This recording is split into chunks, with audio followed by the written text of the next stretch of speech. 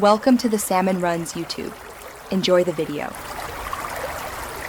You'll start by getting Widgetsmith running on your Mac and sync to your iPhone.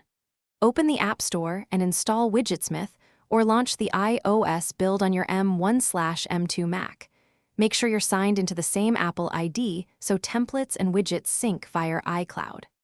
Once the app launches, grant notifications and file permissions, then click the plus button to create a new widget. This first step establishes the workspace and ensures changes you make can appear on your phone and Mac if you use. Now you'll design the widget itself.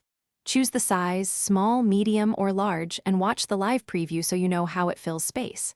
Select a widget type like time, calendar, photo, or custom text, then fine-tune font weight, color, background tint, and padding to match your desktop aesthetic. Next, set data sources. Link a calendar, pick a photo album, or enter a custom URL scheme for dynamic content.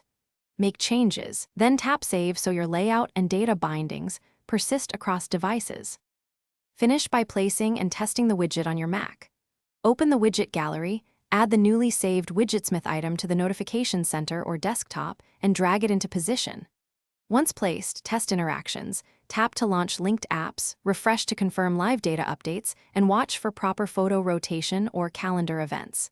If the widget doesn't update, toggle iCloud Sync, quit and relaunch Widgetsmith, and sign out then back into your Apple ID. These steps resolve most sync and permission issues quickly. Thanks for watching. Consider subscribing if we helped you.